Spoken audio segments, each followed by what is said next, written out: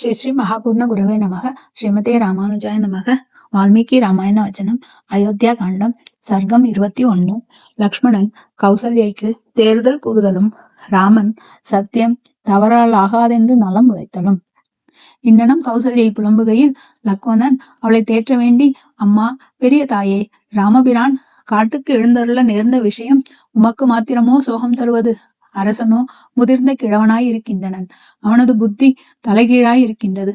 கைகேயி பக்கல் காமவெறி கொண்டு அவன் கட்டளையிட்ட விதனில் வியப்பும் உண்டோ? நாட்டை விட்டு காட்டில் துரத்த வேண்டும்படி ராமபிரான் என்ன பாதகம் புரிந்தாரோ தெரியவில்லை. தர்ம நெறியில் நின்று தவறிய என் தந்தையை இப்போது கொலை செய்திடவும் என் மனம் துணை உறுகின்றது. குற்றம் என்பது லவலேசமும் மற்றவரான நம் ராமர் மீது குற்றம் சொல்பவன் ஒருவனும் இல்லையே. இத்தகைய மகா குணசாலியான புத்திர ரத்னத்தை இழந்து விடையவன் துணிவன். இந்த வனவாச கட்டளை தர்மம் பொருந்தியதாக எப்படி ஆகும்? மிகவும் அநீதியான கட்டளை என்பதில் ஐயமே இல்லை. இந்த கட்டளை பாராட்டத்தக்கதே அன்று என்று சொல்லினன். பிறகு ராமனை நோக்கி, அண்ணா, உம்மை காட்டுக்கு அனுப்பும் விஷயம் பிரசித்தமாவதற்கு முன்னமே நீ ராஜ்ய பாரங்களை எல்லாம் சுவாதீனப்படுத்திக் கொள்வீராக. நான் வில்லை ஏந்தி கொண்டு அருகே நின்று பாதுகாத்திருக்கையில் பௌருஷம் காட்ட வல்லவன் யாவன்? இவ் அயோத்தி மாநகரில் உம்மை எதிரிட வல்லவன் ஒருவனும் இலன். எவர் எதிரிடுவாராயினும் என் கூர் அம்புகளுக்கு இரையாக்கியே விடுவேன். பரதனுடைய பட்சத்தை பற்றியவர்கள் எவர் இருப்பினும் முடித்தே விடுவேன். நாம் சாதுவாய் இருக்கத்தக்க சமயம் இதுவன்று. வெகு தீக்ஷ்ணமாக நாம் காரியத்தை செய்ய வேண்டும். நம் தந்தை கைகேயிக்கு உடம்பட்டு இன்னமும் உரேதம் செய்ய முற்படுவானாயின் அவனையும் தொலைத்திடுவதே கர்மம். அதற்கு நீர் இசையீராயின் தந்தையை கட்டி போட்டாவது வைப்போம். இப்படி செய்வது அநீதியான செயலல்லவோ என்று நீர் நினைக்கலாகாது.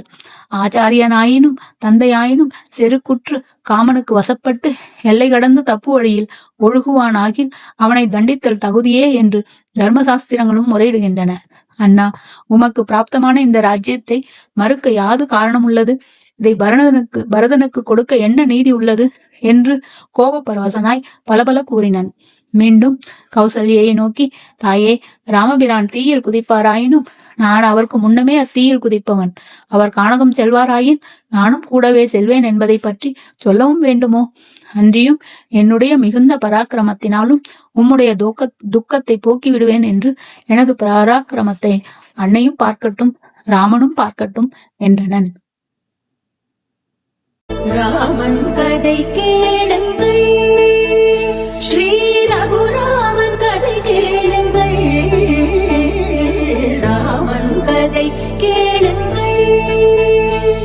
ராமாய ராமபத்ராய ராமச்சந்திராய நமः. ఈ జగమంతా రామమయం.